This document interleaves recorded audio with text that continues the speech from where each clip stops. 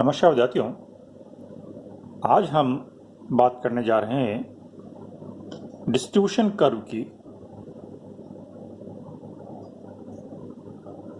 ये कर्व हम Maxwell distribution law of velocity जब पढ़ते हैं तब वहाँ पर एक कर्व के बारे में पढ़ते हैं।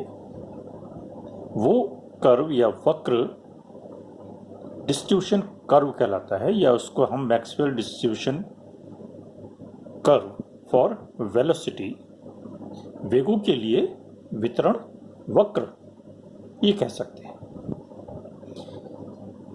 जब हम मैक्सवेल डिस्ट्रीब्यूशन लॉ पढ़ते हैं तो वहाँ पर हम एक इक्वेशन लिखते हैं 1/n dnc upon dc equal to 4 pi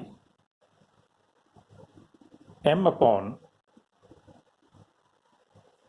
2 pi RT raise to the power 3/2 c square into e raise to the power minus mc square upon RT। ये इक्वेशन हम मैक्सवेल डिस्ट्रीब्यूशन लॉ के अंतर्गत पढ़ते हैं, जो कि ये बताता है कि किस तरह से किसी गैस के अणुओं में वेगों का वितरण रहता है। क्योंकि किसी भी ताप पर यदि गैस के असंख्य अणु हैं तो वो अणु या सारे अणुओं का वेग समान नहीं होता, बल्कि 0 से लेकर अनंत तक वेग के अणु उसमें उपस्थित होते हैं। तो ऐसी स्थिति में हम कह सकते हैं कि वेगों का एक वितरण या डिस्ट्रीब्यूशन होता है। उसमें कम वेग वाले अणु भी रहते हैं, अधिक वेग वाले भी होते हैं, और मध्यम वेग वाले अणु भी मौजूद रहते हैं। तो सामान्यतः जब हम बात करते हैं तब औसत वेग की बात करते हैं, लेकिन अलग अलग जब हम बात करते हैं तो हम कहेंगे कि अणुओं का वेग अलग अलग है और 0 से लेकर अनंत तक वेग के अणु मौजूद होते हैं। तो इस इक्वेशन के आधार पर एक कर्व बनाया गया। आज हम उस कर्व की व्याख्या करेंगे कि वो कर्व किस तरीके का है और क्या इंफॉर्मेशंस हमें उस कर्व से मिलती है। वो कर्व हम कैसे ड्रॉ करते हैं? आपने बुक्स में भी देखा होगा। ये हमारी एक्स एक्सिस और ये वाई एक्सिस। एक्स एक्सिस पर c यानी वेग बढ़ते हुए क्रम में c1 c2 c3 c4 इस तरीके से 0 से लेकर अनंत तक। और दूसरी तरफ हम प्लॉट करते हैं 1/n dnc अपॉन dc, यानी ये जो लेफ्ट हैंड साइड है समीकरण की, इसको हम वाई एक्सिस पर लेते हैं, जो कि क्या बता रहा है?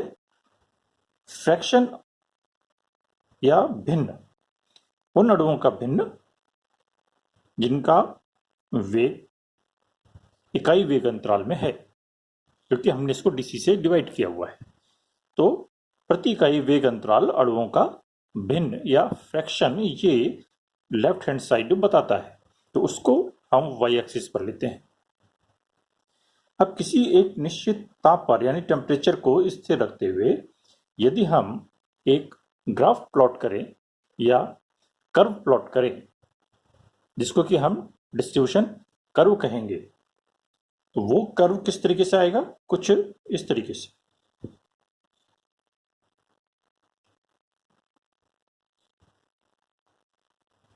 ये आपने बुक्स में बना हुआ देखा होगा। इस तरीके का एक कर्व मिलता है। ये किसी एक निश्चित तापमान T1 पर हम कह सकते हैं खींचा गया कर्व है। यानी यहां पर इतने वेग वाले अणुओं की संख्या हम कहेंगे कितनी है। यहां पर वेग है, इसको हम ऊपर की तरफ ले जाएं तो अणुओं की संख्या इतनी है। यानी एक्स एक्सिस पर हम कोई सा भी वेग लें, उसमें ऊपर की तरफ लाइन खींचे तो ये कर्व को जहां पर काटेगा ये वो अणुओं का फ्रैक्शन बताता है। तो ये डिस्ट्रीब्यूशन कर्व कहलाएगा या वितरण वक्र कहलाएगा। अब ये वक्र क्या है या इसको हम किस तरीके से समझ सकते हैं या किन बातों की तरफ ये इंगित करता है, दर्शाता है। सर्वप्रथम ये एक निश्चित ताप पर खींचा गया कर्व है। एक ताप पर इसका उच्चतम बिंदु ये सी मोस्ट प्रोबेबल या अधिकतम प्रायिकतम वेग कहलाता है। तीन तरीके के वेग हम पढ़ते हैं, अधिकतम प्रायिकतम वेग, एवरेज या औसत वेग और रूट मीन स्क्वायर वेलोसिटी या वर्ग माध्य मूल वेग। ये तीन वेग पढ़ते हैं। अलग अलग तरीके की कैलकुलेशंस हैं। तो इस ग्राफ में इसका उच्चतम बिंदु सी मोस्ट प्रोबेबल या अधिकतम प्रायिकतम वेग को दर्शाता है। इससे कुछ अधिक सी एवरेज होता है, यानी यहां कहीं ये पोजीशन सी एवरेज या औसत वेग की हम मान सकते हैं। और इससे थोड़ा सा अधिक ये पोजीशन सी आरएमएस की हो सकती है या होती है। क्योंकि इन वेगों की जब हम तुलना करते हैं तब हम पाते हैं कि सी आरएमएस अधिकतम होता है, सी एवरेज उससे कम और सबसे कम सी मोस्ट प्रोबेबल। सी मोस्ट प्रोबेबल या अधिकतम प्रायिकतम वेग को हम 1.11 से गुणा करते हैं तो सी एवरेज आ जाता है और 1.22 से गुणा करते हैं तो सी आरएमएस आ जाता है। तो इसलिए ये इनका बढ़ता हुआ क्रम है, या ग्राफ पर यदि हम इनकी पोजीशन को बताना चाहें तो इस तरीके से हम पॉइंट्स लगा सकते हैं। लेकिन हमको ये ध्यान रखना है कि उच्चतम बिंदु ये सी मोस्ट प्रोबेबल के लिए होगा और इससे अधिक वेग थोड़ा सा सी आरएमएस और सी मोस्ट प्रोबेबल के लिए होगा। तो कई बार ये पूछा जा सकता है कि मैक्सवेल डिस्ट्रीब्यूशन कर्व में तीनों वेग को दर्शाएं, तो हम इस तरीके से उसको दर्शा सकते हैं। यहां से यदि हम परपेंडिकुलर ड्रॉ करते हैं इस तरीके से, तो ये जहां पर काटता है वो सी मोस्ट प्रोबेबल हो जाएगा। इसी तरीके से यहां से हम परपेंडिकुलर निकालें और यहां से परपेंडिकुलर नीचे की तरफ ड्रॉ करें, तो ये एक्स एक्सिस को जहां पर काटेगा वो सी एवरेज और सी आरएमएस हो जाएगा। अगली बात, इस ग्राफ का या कर्व का एरिया, एरिया मतलब इसके नीचे का एरिया, कितना एरिया ये कवर करता है। इस कर्व का एरिया जो कि वितरण वक्र जिसे हम कहते हैं, ये अणुओं की कुल संख्या को दर्शाता है। ये हमको ध्यान रखना है, यानी एन को दर्शाता है। इसको यदि आप ध्यान से देखें तो हम ये कहेंगे कि यहां पर वेग बहुत कम है, यहां पर भी वेग कम है। तो हम क्या कह सकते हैं कि कम वेग वाले अणुओं की संख्या कम है, बहुत अधिक वेग वाले अणुओं की संख्या भी कम है। बहुत कम और बहुत अधिक वेग वाले अणुओं की संख्या कम होती है। अधिकतर अणु ये सी मोस्ट प्रोबेबल या अधिकतम प्रायिकतम वेग को रखे हुए होते हैं। अगली बात क्या कह सकते हैं? अगली बात, यदि हम ये चाहते हैं निकालना कि कोई से दो वेग, मान लीजिए C1 और C2, ये दो वेग हो गए, इन दोनों के बीच वेग का अंतराल dc हो गया। यदि हम चाहें ये निकालना कि इन दोनों वेगों के मध्य अणुओं की संख्या कितनी है, यानी जैसे हम कहते हैं 10 मीटर पर सेकंड और 15 मीटर पर सेकंड।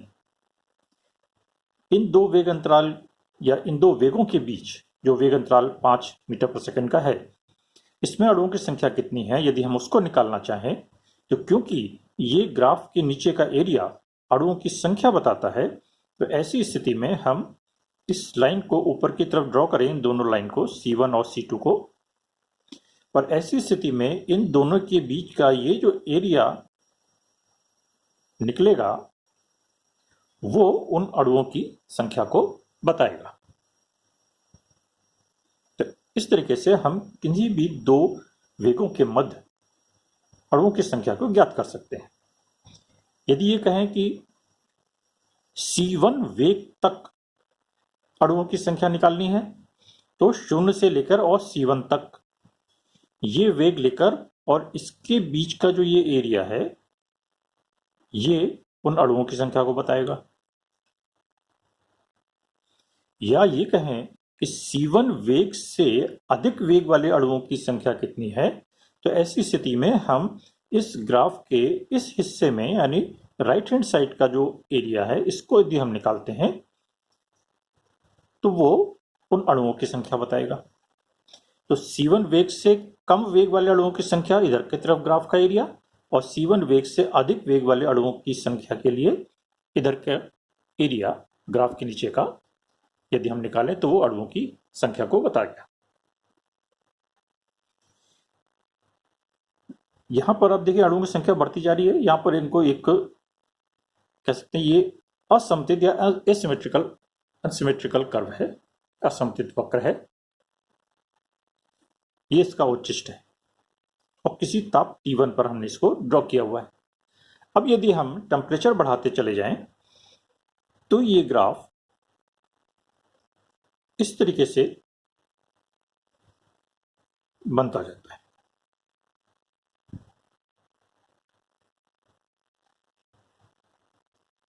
ये T2 और ये T3